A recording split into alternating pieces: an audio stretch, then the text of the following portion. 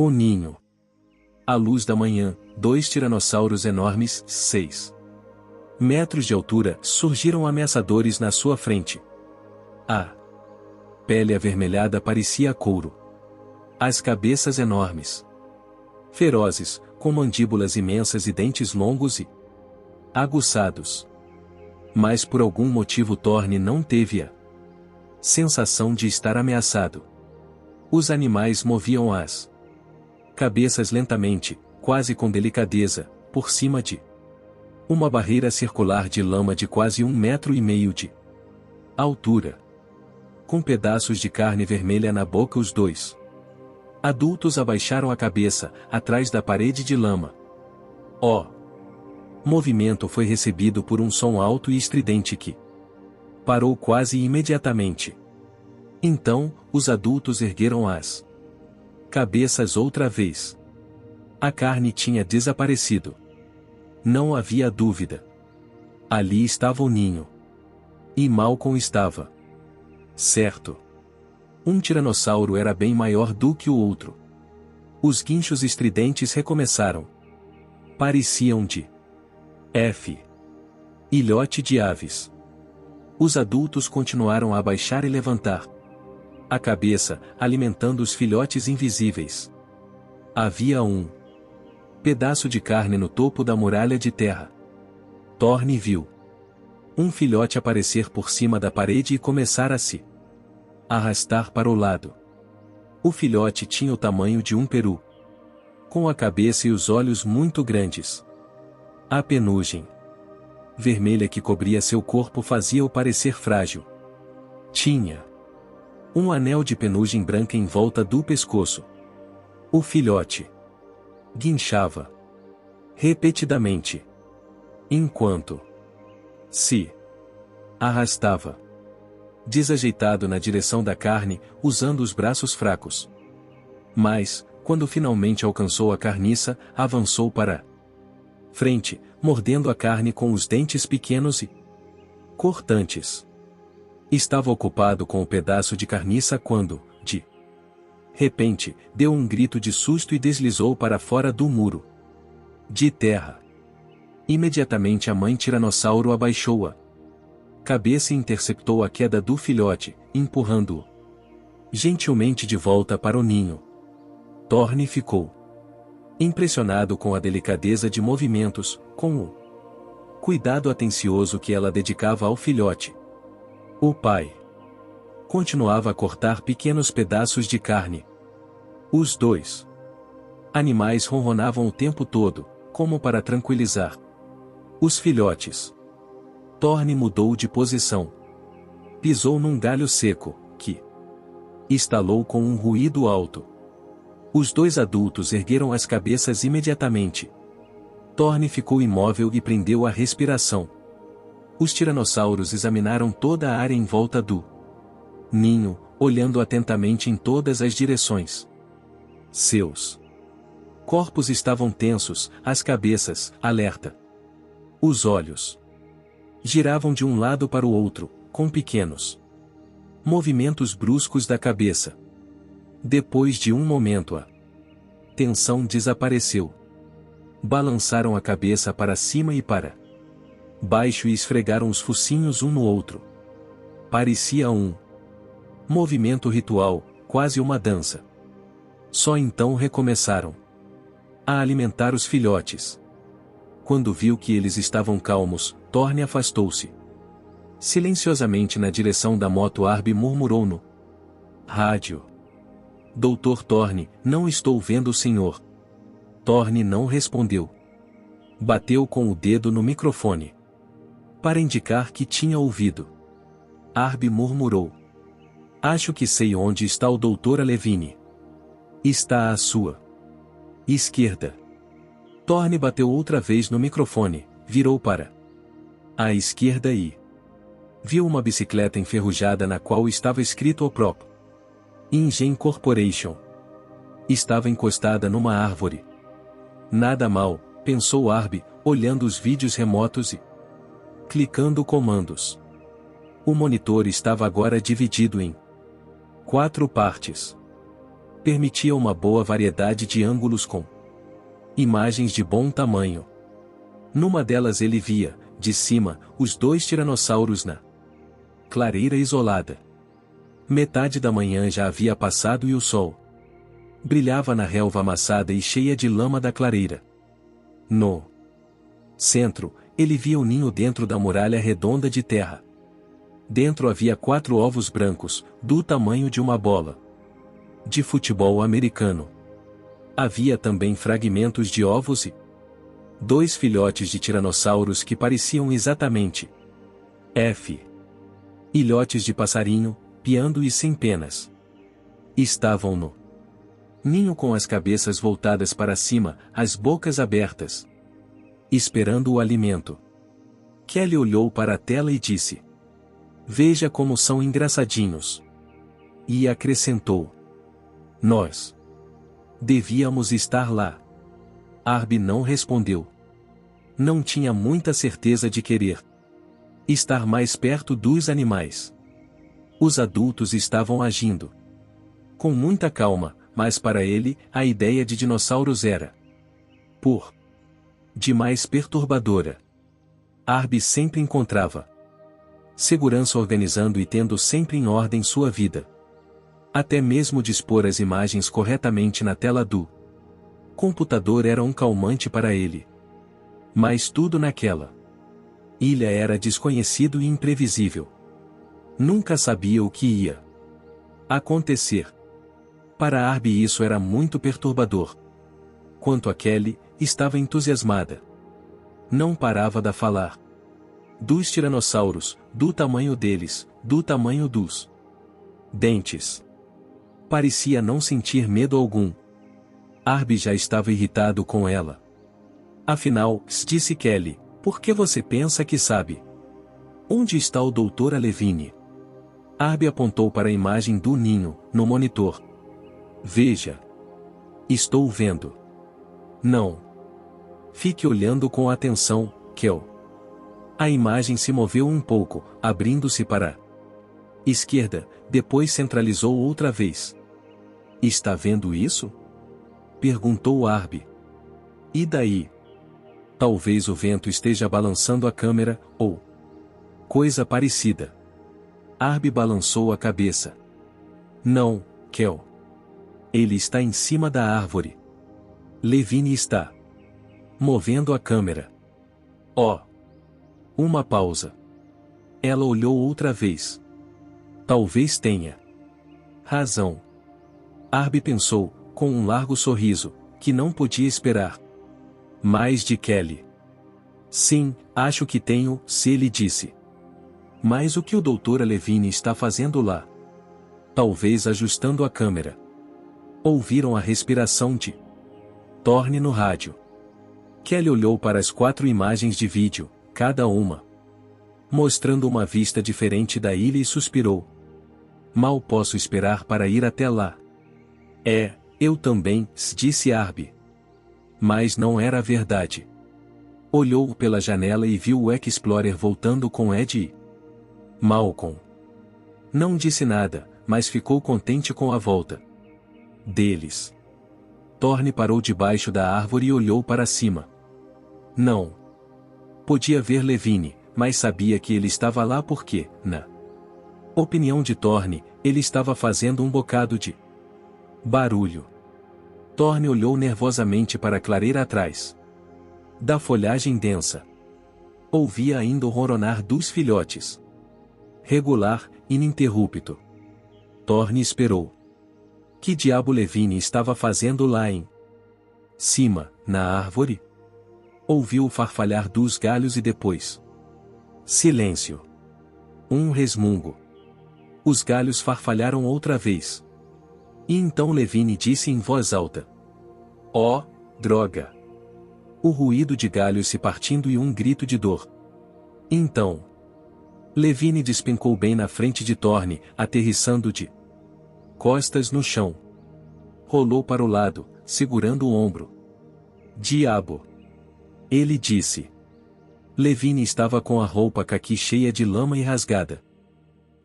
Vários lugares. Sob a barba de 3 dias, o rosto estava abatido, cheio de lama. Olhou para Thorne com um largo sorriso. Ei, você é a última pessoa que eu esperava ver aqui. Mas chegou na hora exata.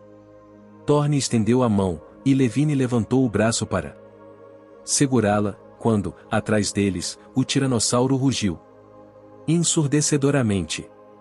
Oh, não! Exclamou Kelly. No monitor, os tiranossauros estavam agitados, movendo-se rapidamente em círculos, levantando as cabeças e urrando. Doutor Thorne? O que está acontecendo? Perguntou Arby. Ouviram a voz de Levine, fraca e áspera no rádio, mas não compreendiam o que ele dizia. Ed e Malcolm entraram no trailer. Malcolm olhou para o monitor e disse: diga a eles para saírem de lá agora. No monitor, os 2 tiranossauros estavam de costas um para o outro, cada um olhando para um lado, em posição de defesa. Os filhotes estavam protegidos, no centro. Os adultos passavam as caudas de um lado para o outro no ninho, acima das cabeças dos filhotes. A tensão era palpável. Então um dos adultos urrou e avançou para fora da clareira. Doutor Thorne. Doutora Levine. Saiam daí. Thorne montou na moto e segurou com força no guidão. Levine subiu na garupa, segurando na cintura dele. Thorne ouviu um rugido medonho e, ao olhar para trás, viu um dos tiranossauros explodir do meio da folhagem e avançar para eles. O animal estava correndo a toda a velocidade. Cabeça abaixada, mandíbulas abertas, em posição de ataque.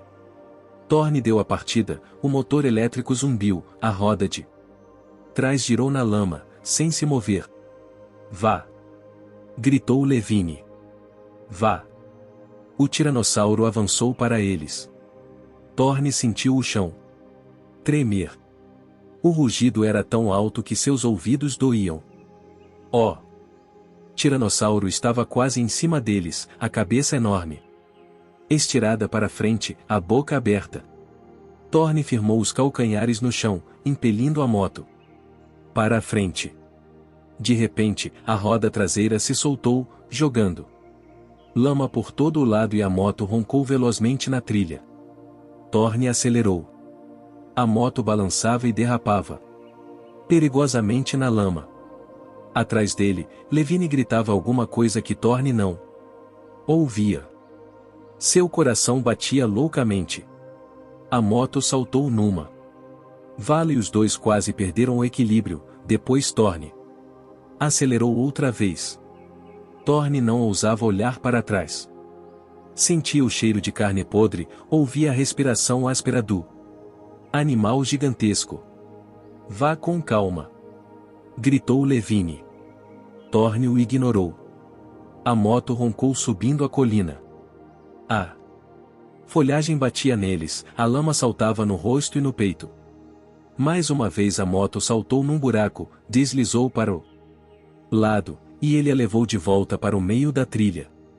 Ouviu outro rugido e teve a impressão de que estava mais fraco. Mas Thorne! Gritou Levine, com a boca perto do ouvido dele. O que está fazendo? Quer nos matar? Estamos sozinhos. Thorne chegou a um trecho plano da trilha e arriscou uma olhada para trás. Levine tinha razão. Estavam sozinhos. Não viu nem sinal do tiranossauro, mas ouvia ainda o rugido. Agora distante. Ele diminuiu a marcha. Calma, disse Levine, balançando a cabeça. Estava pálido de medo. Você dirige pessimamente, sabia? Devia aprender. Quase nos matou. Ele estava nos atacando, Thorne disse, zangado. Estava acostumado com o espírito crítico de Levine, mas naquele momento Absurdo, disse Levine. Ele não estava atacando ninguém. Pois pode estar certo que parecia. Não, disse Levine. Ele não estava nos atacando. O Rex estava defendendo o ninho. Há uma grande diferença. Não vi diferença nenhuma, se insistiu Thorne.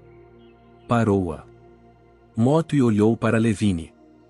Para falar a verdade, se explicou Levine, se o Rex tivesse resolvido nos atacar, estaríamos mortos agora. Mas ele parou quase imediatamente. Parou? Perguntou Thorne. Certeza absoluta, respondeu Levine, com seu modo pedante. O Rex só queria nos assustar e defender seu território. Ele nunca deixaria o ninho indefeso, a não ser que tivéssemos tirado ou avariado alguma coisa. Tenho certeza de que neste momento ele está lá com a companheira, cuidando dos ovos, e não pretende ir a lugar nenhum. Então, acho que é uma sorte ele ser um pai tão dedicado, disse Thorne, ligando o motor. E claro que é um pai dedicado, continuou Levine. Qualquer tolo pode ver. Não notou como ele está magro? Está se alimentando mal para não faltar comida para os ilhotes. Provavelmente faz isso há semanas. O Tiranossauro Rex é um animal complexo, com comportamento de caça complexo. E um comportamento complexo também no modo como cuida dos filhos. Eu não ficaria surpreso se verificasse que o papel de pai e mãe do Tiranossauro Rex dura alguns meses. Ele pode ensinar os filhotes a caçar, por exemplo. Começa trazendo pequenos animais feridos e deixa que os filhotes acabem com eles. Esse tipo de coisa. Seria interessante descobrir exatamente o que ele faz. Por que estamos parados aqui? Malcolm disse no rádio. Jamais ocorreria a ele agradecer a você por salvar sua vida. Thorne rosnou. E evidente que não. Com quem está falando? Perguntou Levine. Com Malcolm. Ele está aqui? Está, disse Thorne. Ele está concordando comigo, não está? Não exatamente, disse Thorne, balançando a cabeça. Escute, Thorne, disse Levine. Sinto muito se ficou aborrecido. Mas não tem motivo nenhum. A verdade é que nem por um momento corremos perigo, exceto com seu modo de dirigir a moto. Ótimo. Isso é ótimo. O coração de Thorne saltava como louco no peito. Ele respirou fundo, virou a moto para a esquerda e seguiu a trilha, de volta para os trailers. Atrás dele, Levine disse: Estou muito feliz por vê-lo, Thorne. De verdade. Thorne não respondeu. Continuou a descer na trilha, entre a folhagem. Chegando ao vale, ele acelerou. Logo viram os trailers na clareira, lá embaixo. Levine disse: Ótimo. Você trouxe tudo. O equipamento está funcionando? Tudo em boas condições? Tudo parece ótimo. Perfeito, disse Levine. Então isto é simplesmente perfeito. Talvez não, disse Thorne. Dentro no trailer, Arby e Kelly acenavam alegremente. Atrás do vidro da janela. Está brincando, disse Levine. Quarta configuração.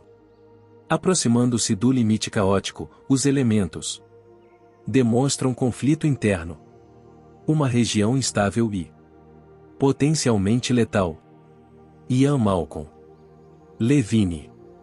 Eles atravessaram a clareira correndo e gritando: Doutora Levine! Doutora Levine! Está salvo! Abraçaram Leisne. E ele olhou para Thorne. Isto foi muito insensato, disse Levine. Por que não explica isso a eles? Perguntou Thorne. Eles são seus alunos. Não fique zangado, doutora Levine, Skelly pediu. Nós viemos por nossa conta. Por sua conta. Pensamos que o senhor precisasse de ajuda, disse Arby. E precisava. Olhou para Thorne. Sim. Eles nos ajudaram, confirmou Thorne. E prometemos que não vamos atrapalhar, disse Kelly. Façam o que têm de fazer, que nós. Os meninos estavam preocupados com vocês, disse Malcolm. Julgaram que estivessem em apuros. Afinal, por que toda a pressa? Quis saber Thorne. Mandou construir todos esses veículos e depois veio embora. Sem nenhum deles. Não tive escolha, disse Levine. O governo está às voltas com uma epidemia de um novo tipo de encefalite. Acham que está relacionada com as ocasionais carcaças de dinossauros que aparecem por lá, levadas pelo mar. E claro, que a ideia é idiota, mas isso não impede que continuem a destruir os animais, assim que os encontram. Tive de ir lá. Primeiro. O tempo é curto. Depois, veio para cá sozinho, disse Malcolm. Bobagem, Ian. Deixe de fazer essa cara. Eu ia telefonar para você, assim que tivesse verificado o que havia nesta ilha. E não vim sozinho. Vim com um guia chamado Diego, que jurou ter estado nesta ilha alguns anos atrás, quando menino. E parecia ter bastante experiência. Levou-me ao alto do rochedo sem problema. E tudo estava indo muito bem até sermos atacados no regato e Diego. Atacados? Perguntou Malcolm. Pelo quê? Na verdade, eu não vi, disse Levine. Tudo aconteceu muito depressa. O animal me derrubou, rasgou minha mochila e na verdade não sei o que aconteceu depois disso. É possível que o formato da mochila o tenha confundido, porque eu levantei e corri e ele não me perseguiu. Malcolm olhava atônito para ele. Você teve muita sorte, Richard. Sim.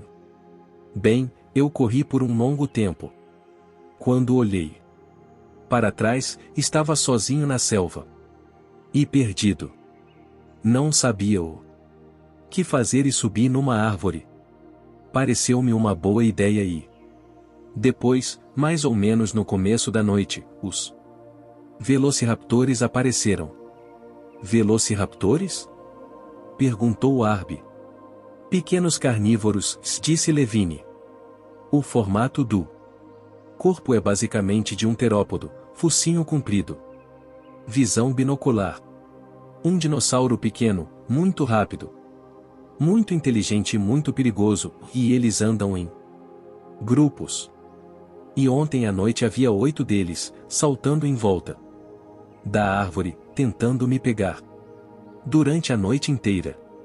Pulando, pulando e rosnando. Não consegui dormir um minuto. Ora, que pena, disse Ed. Escute, Levine disse, irritado. Não é meu problema. Se você passou a noite na árvore? Quis saber Malcolm. Passei. E de manhã os raptores tinham ido embora. Então desci e comecei a andar. Encontrei o laboratório ou seja lá o que for. E evidente que foi abandonado às pressas, deixando alguns animais para trás. Andei pelo prédio todo e descobri que ainda há eletricidade, alguns sistemas ainda funcionam, depois de todos esses anos. E o mais importante, vá a uma rede de câmeras de segurança. Uma grande sorte. Então resolvi ver como estavam as câmeras, e estava trabalhando quando vocês interromperam. Espere um pouco, disse Ed. Viemos aqui para salvá-lo. Não sei porquê, disse Levine. Estou certo de que nunca pedi que fizessem isso. Parecia que queria, disse Thorne no telefone. Aquilo foi um mal-entendido, se explicou Levine. Fiquei preocupado por um momento porque não conseguia fazer o telefone funcionar. Thorne, você fez esse telefone. Muito complicado. Esse é o problema. Então, podemos começar. Olhou para os rostos zangados à sua volta. Malcolm disse. Para Thorne. Um grande cientista e um grande ser humano. Ouçam, disse Levine. Eu não sei qual é o problema de vocês. A expedição viria a esta ilha mais cedo ou mais tarde. Dadas as circunstâncias, quanto mais cedo, melhor. Tudo saiu muito bem e, francamente, não vejo motivo para discussão. Não é a hora para briguinhas tolas. Temos coisas importantes para fazer, e acho que devemos começar. Porque esta ilha é uma oportunidade extraordinária e não vai durar para sempre. Dodson. Lewis Dodson estava de frente para o balcão do bar. Num canto escuro da Chespirito Cantina, em Puerto Cortés. Tomando uma cerveja. Ao lado dele, George Baselton, o catedrático de biologia de Stanford, devorava avidamente um prato de huevos rancheros. As gemas se derramavam sobre a salsa verde. Dodson sentia náuseas só de olhar. Virou o rosto, mas ouvia ainda Baselton lambendo os lábios ruidosamente. O bar estava vazio, a não ser pelas galinhas ciscando no chão. Uma vez ou outra um garoto chegava na porta, atirava pedras nas galinhas e corria para fora, rindo satisfeito. O estéreo arranhava uma antiga canção de Elvis Presley na caixa acústica enferrujada acima do bar. Dodson cantarolava o Falling in Love with You, tentando conter a irritação.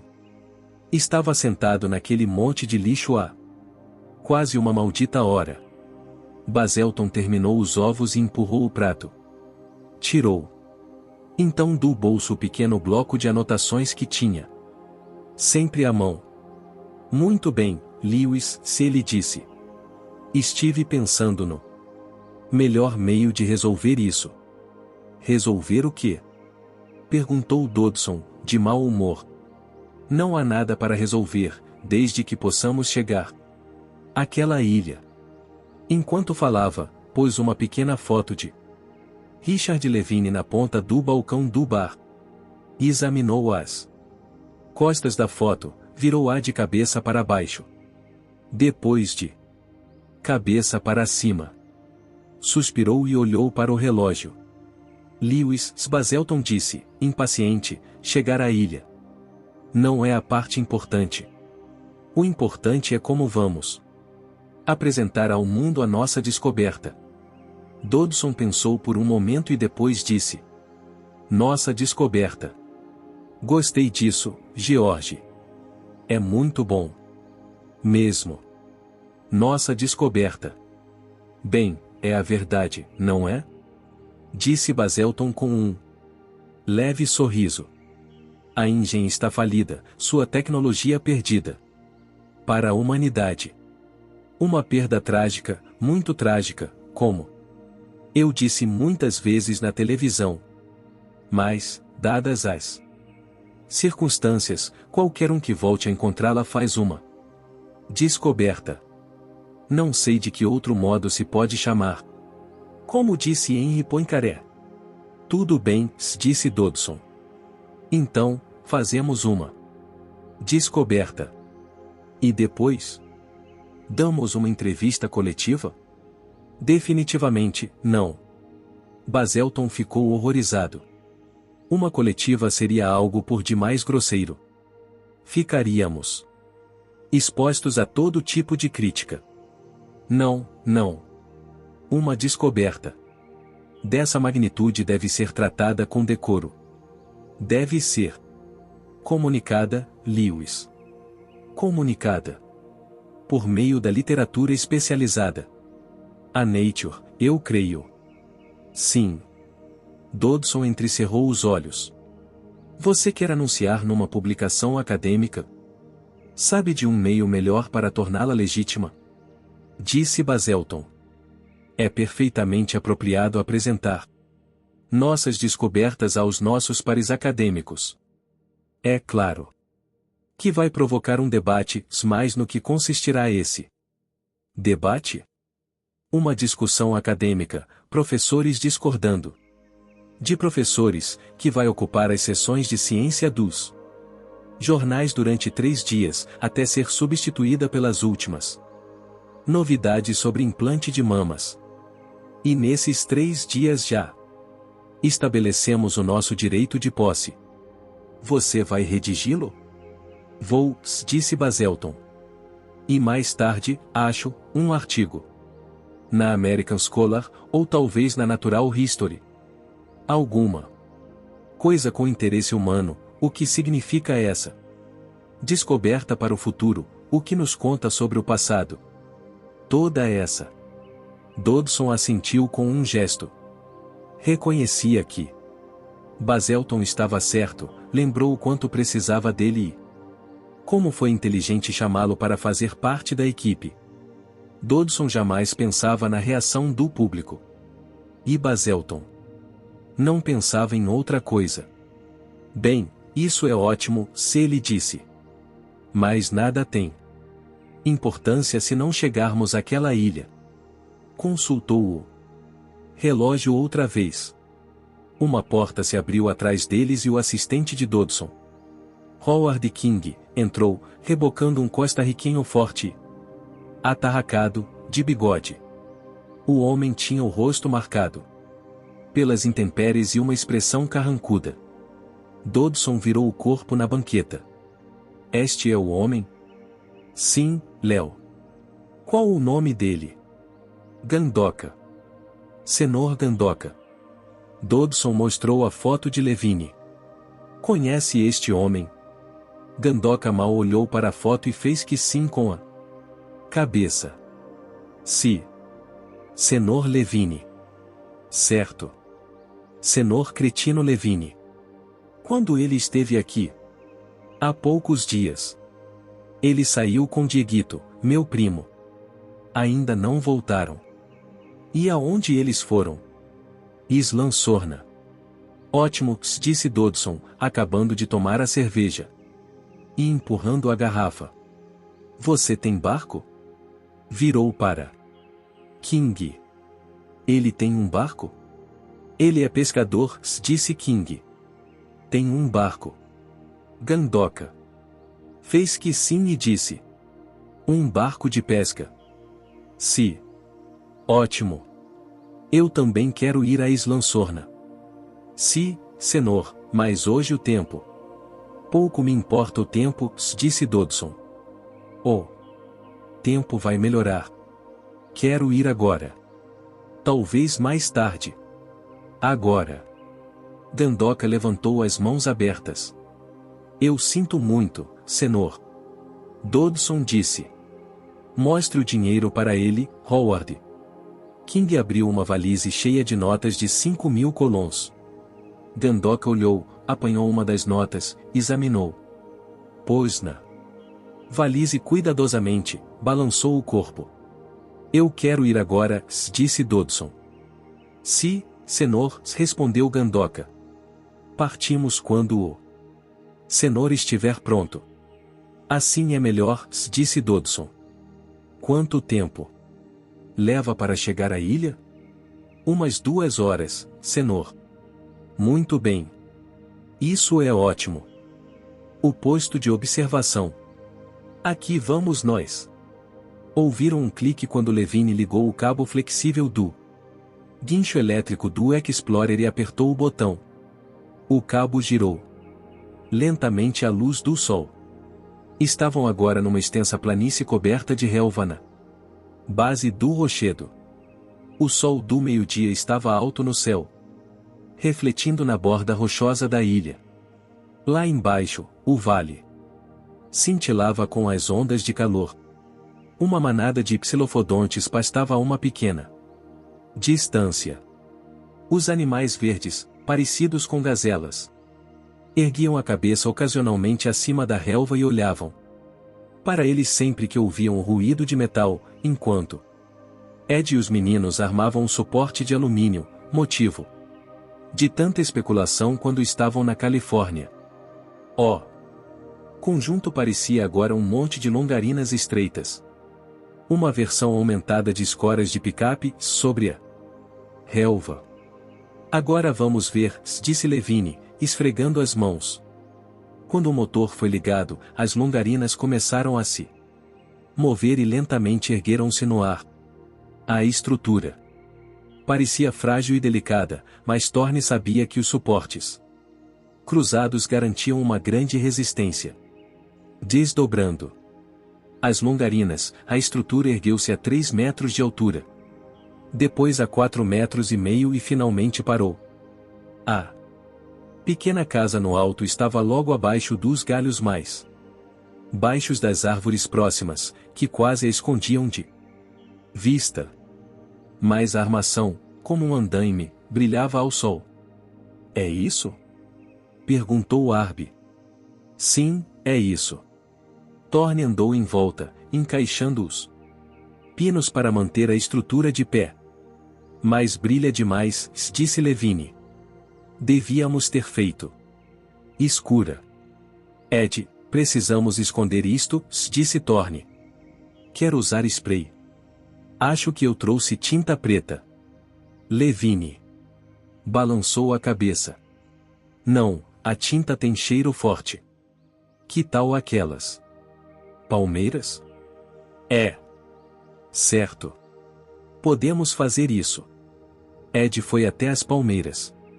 Começou a cortar as folhas com sua pequena machadinha. Kelly olhou para a construção de alumínio. Ilegal, ela disse. Mas o que é? Um esconderijo aéreo, disse Levine. Venha. Ele começou a escalar o andaime. A estrutura no topo era uma pequena casa, o teto escorado por barras de alumínio a intervalos de 1,20 m umas das outras. O assoalho era também de barras de alumínio, porém mais juntas, com intervalos de mais ou menos 15 centímetros. Era escorregadio, e Levine apanhou algumas folhas de palmeira que Ed estava suspendendo com uma corda e cobriu o chão com elas. As outras folhas de palmeira ele prendeu no lado de fora da casa, escondendo a estrutura. Arby e Kelly olharam para os animais. Do alto viam todo o vale. Viram um bando mais distante de apatossauros, no outro lado do rio. Um grupo de triceratops pastava ao norte. Perto da água, alguns dinossauros bicos de pato com cristas longas aproximaram-se para beber. Um grito surdo dos bicos de pato flutuou pelo vale na direção deles, um som profundo e não deste mundo. Logo depois, ouviram a resposta vinda da floresta no outro lado do vale. O que foi isso? Kelly perguntou. Um parasauro, disse Levine. Ele solta o grito através da crista na nuca. Sons de baixa frequência atingem grandes distâncias. Ao sul viram um bando de animais verde escuros com a parte da frente da cabeça grande e saltada e uma fileira de chifres pequenos e nodosos. Pareciam búfalos. Como se chamam aqueles? Kelly perguntou. Boa pergunta, disse Levine. Provavelmente são para Schicephalosauros vuilmingensis. Mas é difícil dizer com certeza porque nunca foi encontrado um esqueleto completo desses animais. A testa é de osso muito espesso. Por isso temos encontrado vários fragmentos da parte superior do crânio. Mas esta é a primeira vez que eu vejo o animal inteiro. E aquelas cabeças? Para que servem? Quis saber. Arby. Ninguém sabe, disse Levine. Todos supõem que Sejam usadas para dar marradas, para as lutas dos machos de diversas espécies. A competição para ganhar as fêmeas. Coisas assim. Malcolm já estava lá em cima também.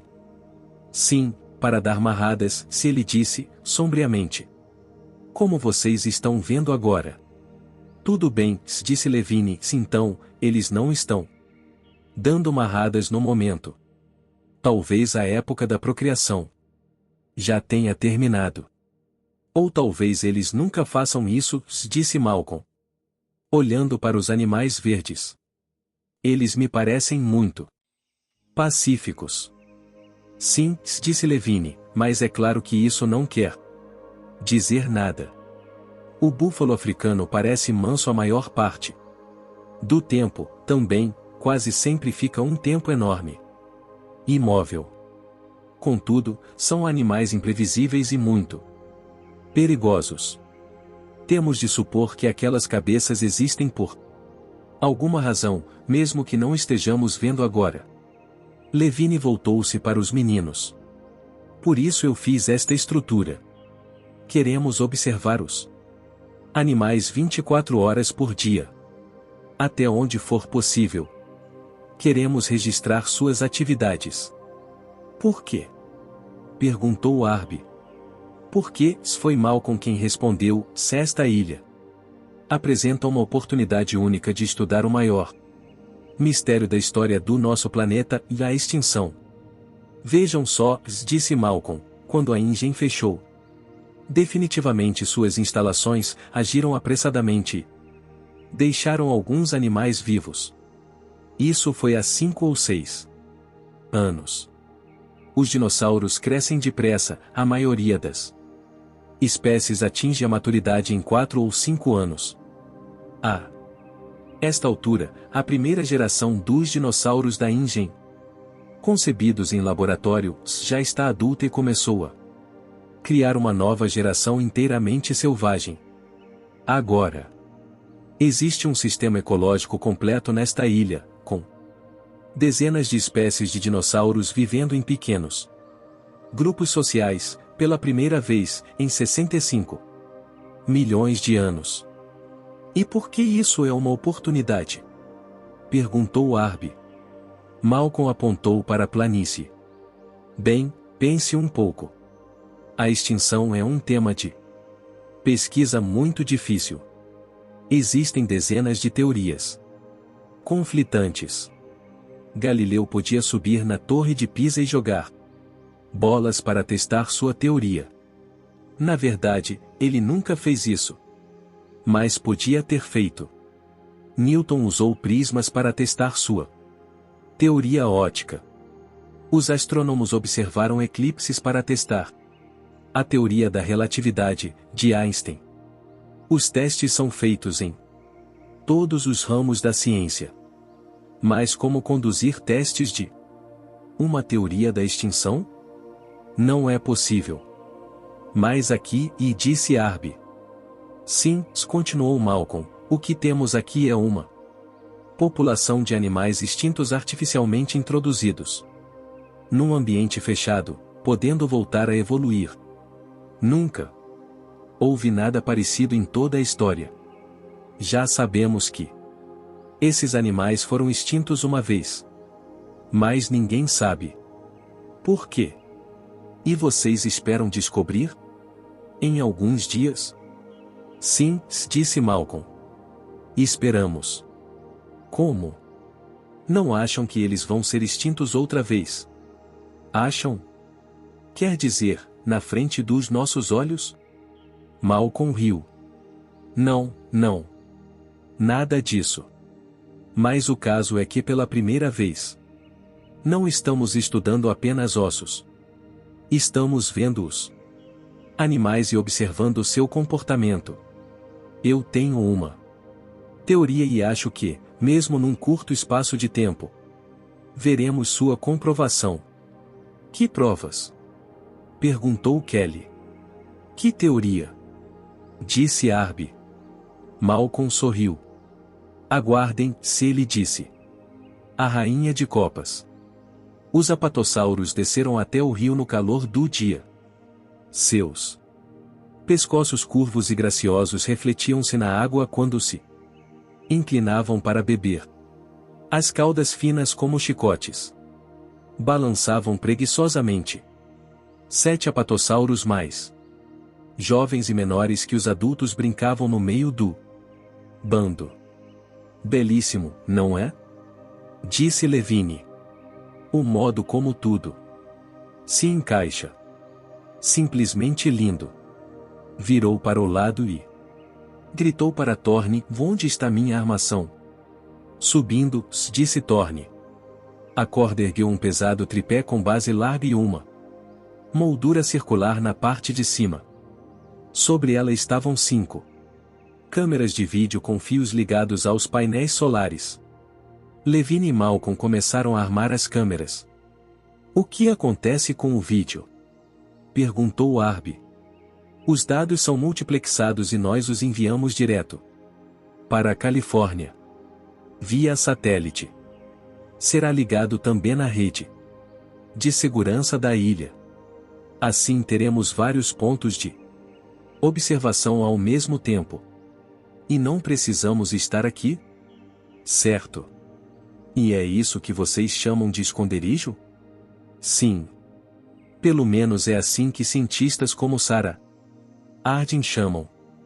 Thorne subiu também. Era muita gente para o pequeno abrigo, mas Levine aparentemente não notou. Com um binóculo, observava atentamente os dinossauros na planície. Exatamente como pensamos, se ele disse para Malcolm. Organização espacial. Filhotes e os mais novos no centro do bando, adultos protetores na periferia. Os apatossauros usam a cauda como defesa. Pelo menos parece. Oh, não há dúvida quanto a isso. Levine suspirou. É tão bom provar que estamos certos. Lá embaixo, Ed desempacotou a gaiola circular de alumínio, a mesma que tinham visto na Califórnia. Tinha cerca de 1,80 m de altura e 1,20 m de diâmetro, construída com barras de titânio de 2 centímetros de espessura. O que quer que eu faça com isto? Ele perguntou. Deixe aí embaixo, disse Levine. E o lugar dela? Ed armou a gaiola no canto do andaime. Levine desceu. E isso, para que serve? Perguntou Arby. Vai pegar um dinossauro? Na verdade, justamente o contrário. Levine prendeu a gaiola ao lado do andaime. Abriu e fechou a porta para ver se estava em ordem. Verificou a fechadura, deixando a chave com a tira de elástico pendurada. É uma gaiola para predadores, como as gaiolas para tubarões, se ele disse. Se você estiver andando aqui embaixo e acontecer alguma coisa, entra aqui e está a salvo. Se acontecer o quê? Perguntou Arby, preocupado. Na verdade, não acredito que aconteça alguma coisa. Disse Levine, subindo outra vez. Porque duvido que os animais deem atenção a nós ou a esta pequena casa. Depois que estiver bem camuflada. Quer dizer que não vão ver a casa? Oh, eles vão ver, mas vão ignorar. Mas, se nos farejarem? Levine balançou a cabeça. A casa está num lugar em que o vento que prevalece na ilha está na nossa direção.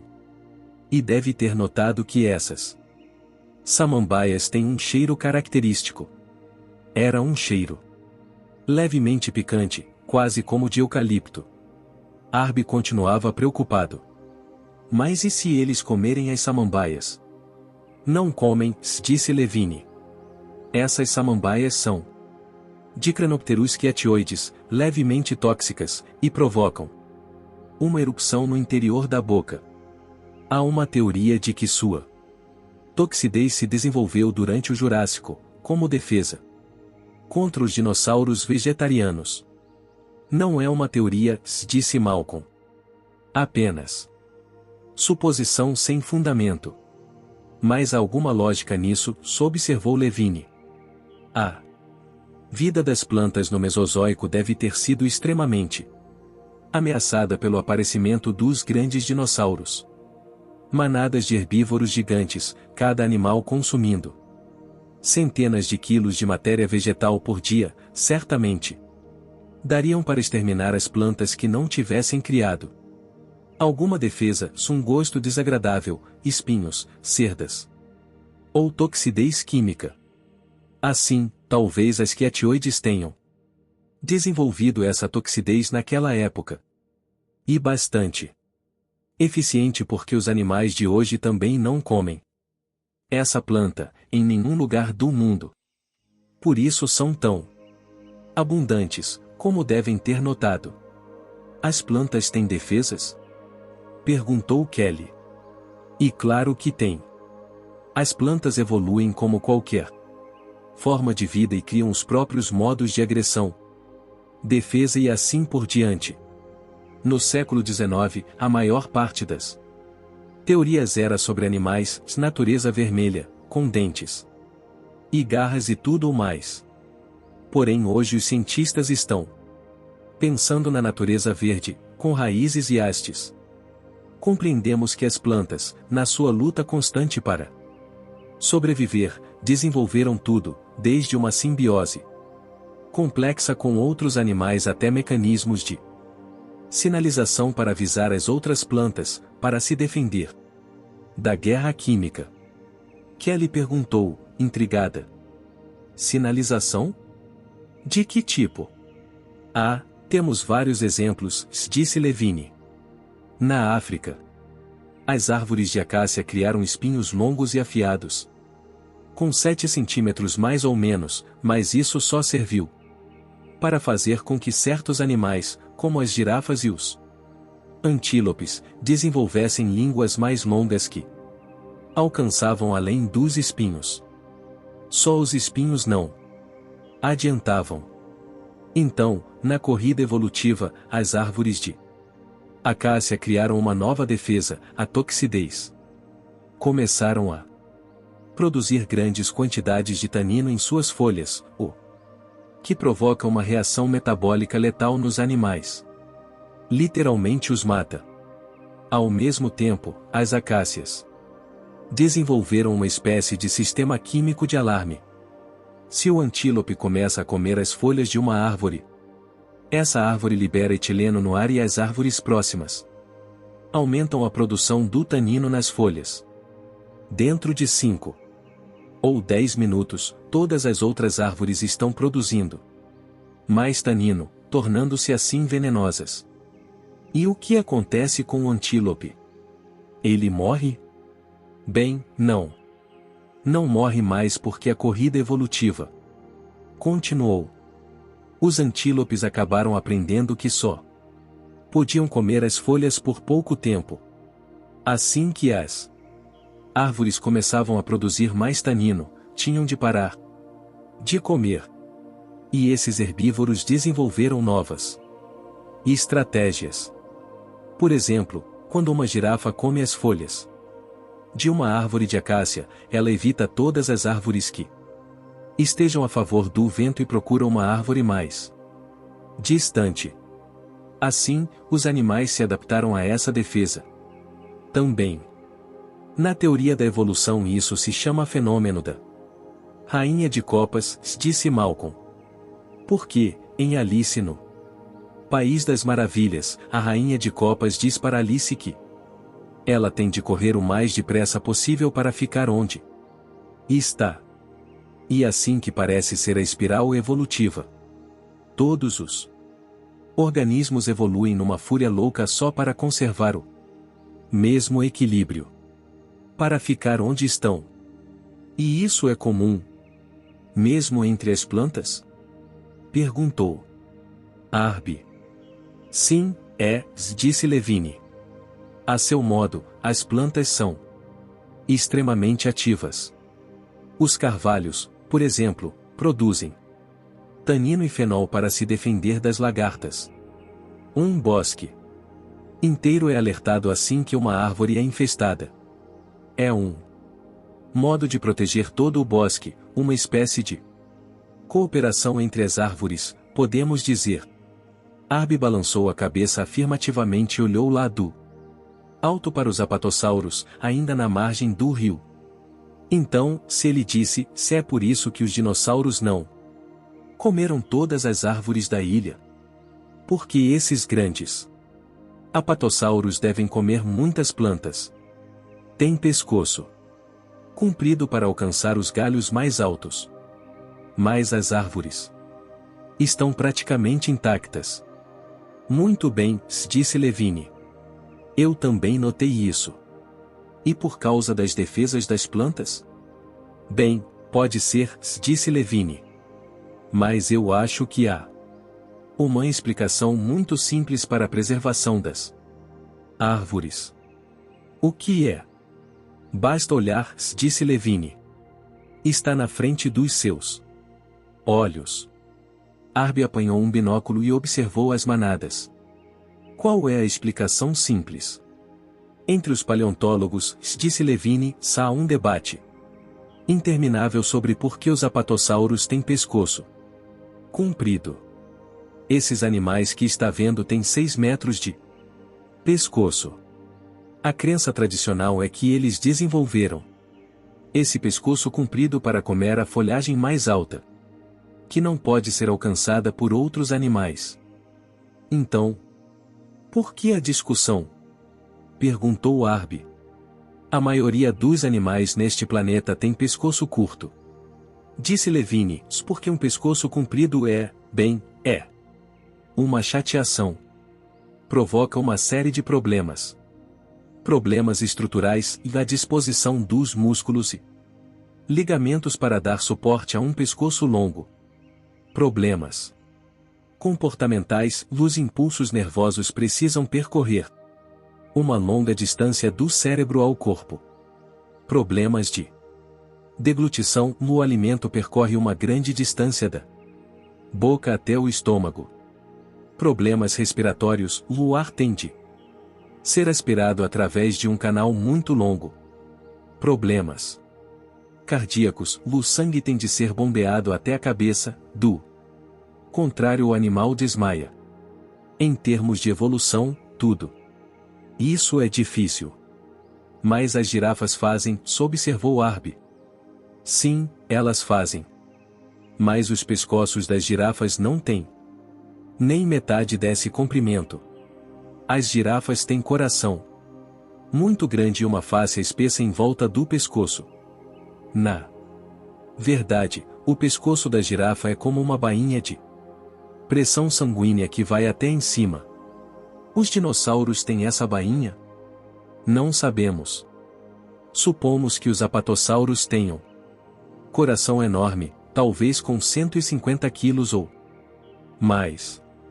Porém, há outra solução possível para o problema de bombear o sangue num pescoço muito longo. Qual é? Você está olhando para ela neste momento.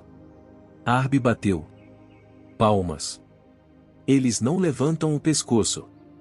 Correto, disse Levine. Pelo menos não com frequência nem por longo tempo.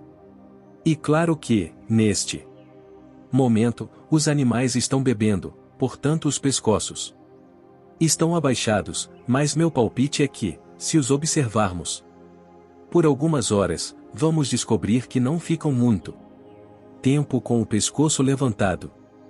Por isso não podem comer as folhas das árvores. Certo. Mas se o pescoço comprido não é usado para comer, então para que serve? Perguntou Kelly. Levine sorriu.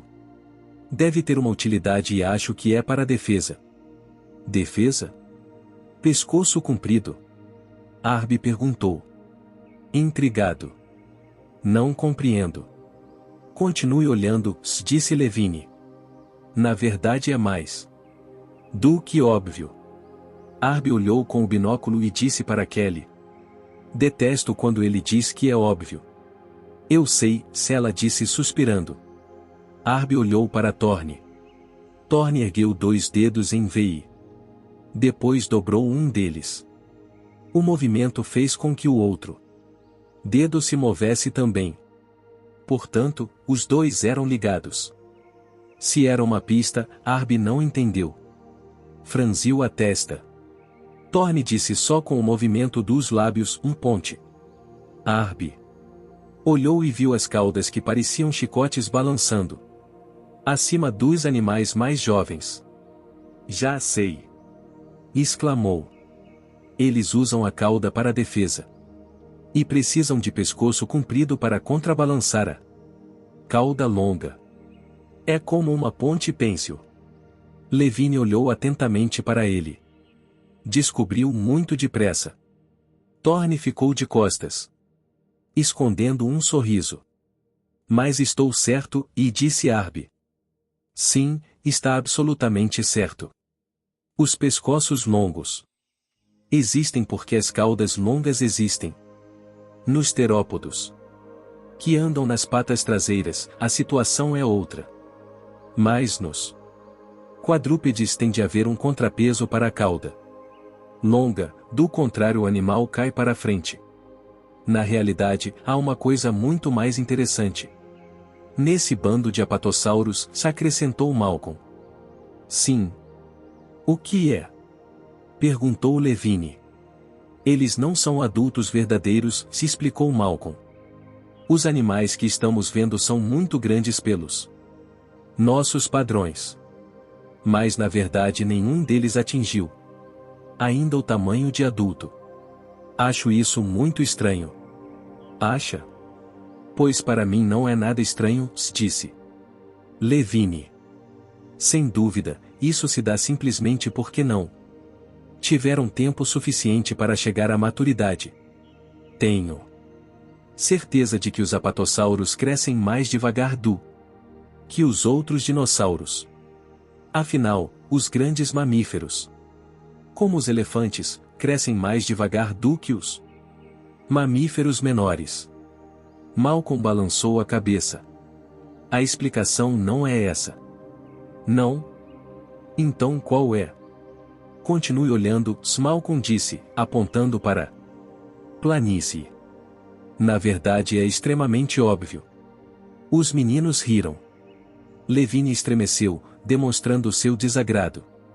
O que me parece óbvio, se ele disse, é que nenhuma das espécies parece ter chegado ao amadurecimento completo. Os triceratops, os apatossauros e até mesmo os parassauros são um pouco menores que o que podíamos esperar. Isso sugere um fator consistente, algum elemento da dieta, os efeitos do confinamento numa pequena ilha. Talvez até mesmo o modo como foram criados. Mas não considero isso especialmente notável ou motivo para preocupação. Talvez tenha razão, disse Malcolm. Talvez não tenha.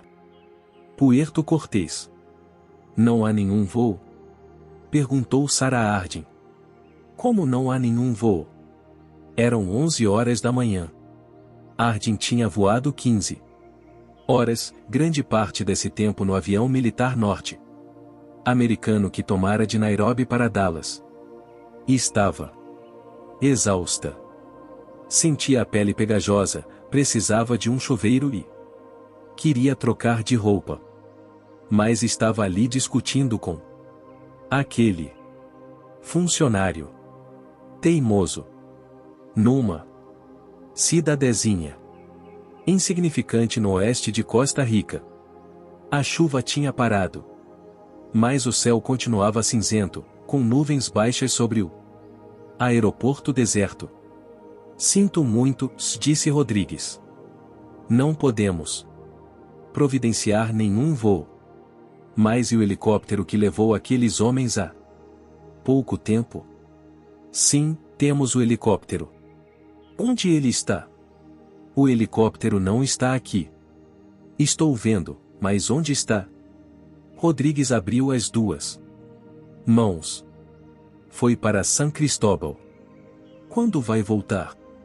Eu não sei. Acho que amanhã ou talvez depois de amanhã. Senhor Rodrigues, se ela disse com firmeza. Preciso estar naquela ilha hoje. Compreendo o que a senhora quer, disse Rodrigues.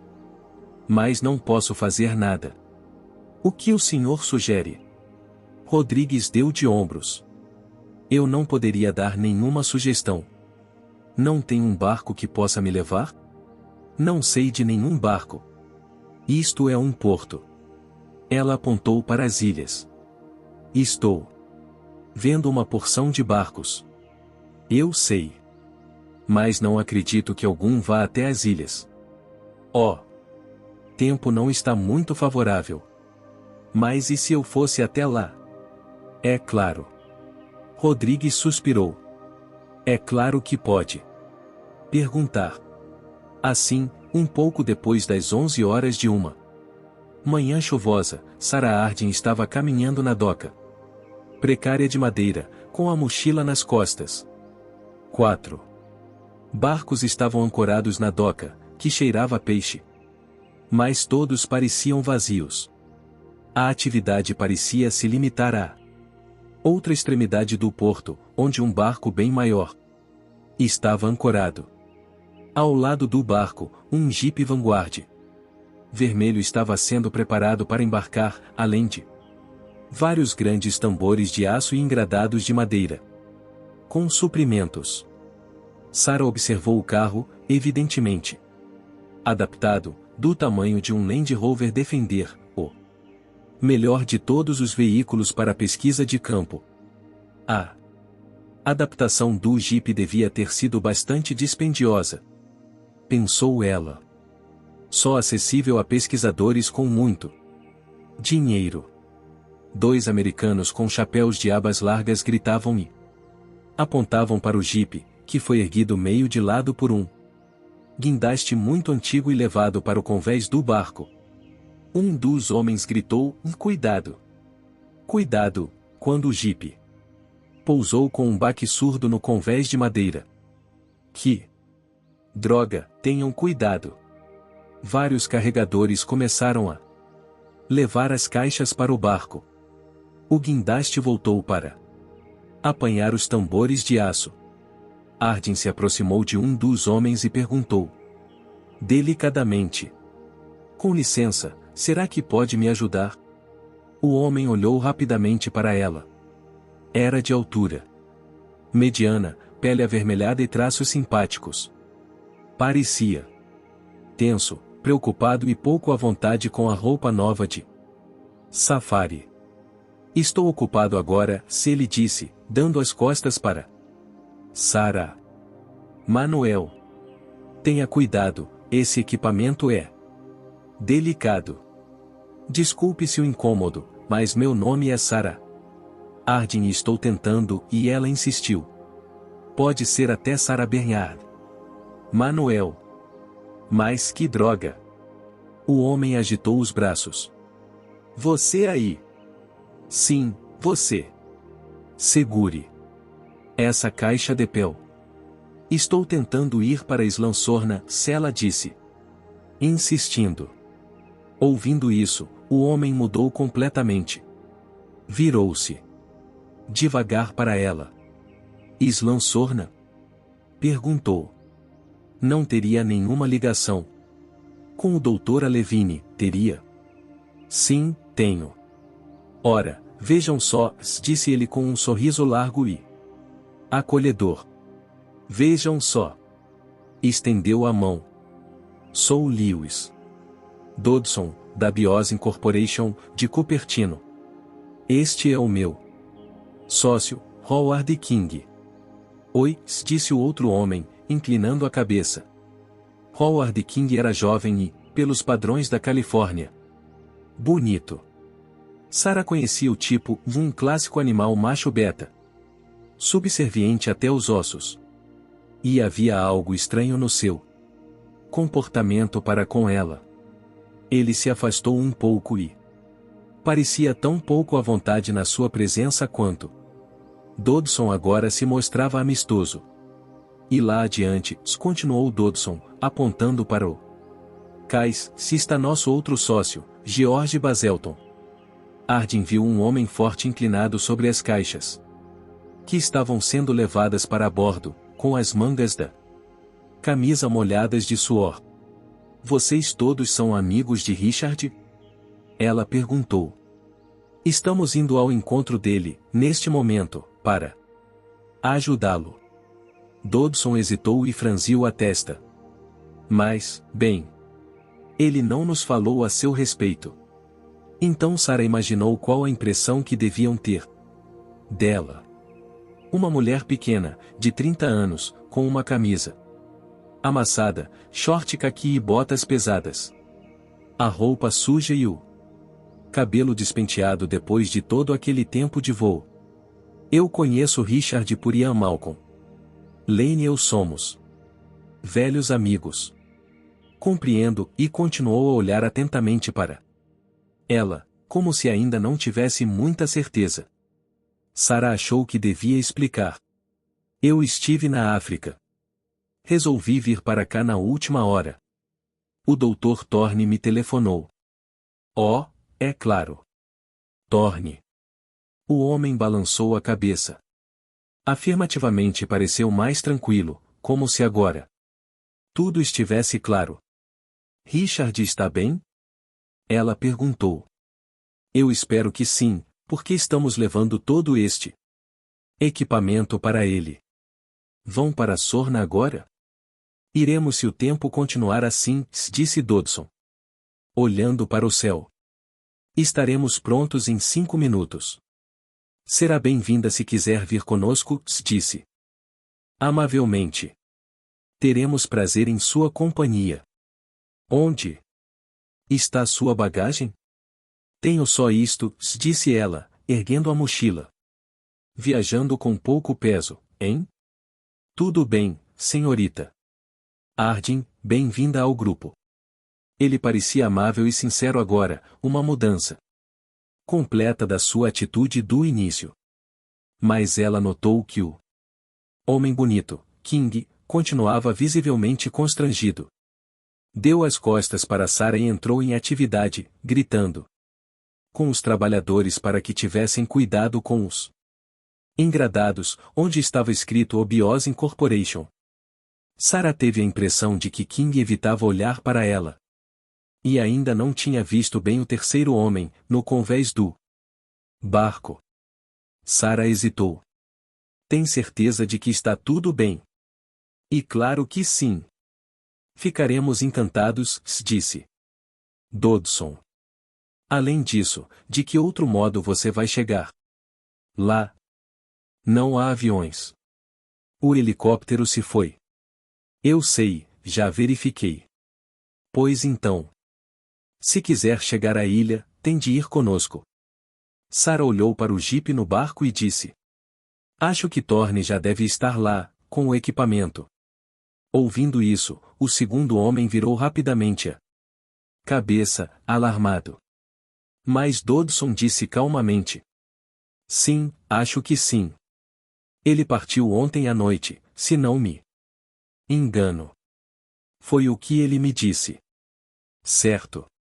Dodson balançou a cabeça afirmativamente. Então ele já está na ilha. Pelo menos, espero que esteja. Ouviram gritos em espanhol e um capitão com um macacão sujo apareceu no convés. Senhor Dodson, estamos prontos. Ótimo, disse Dodson.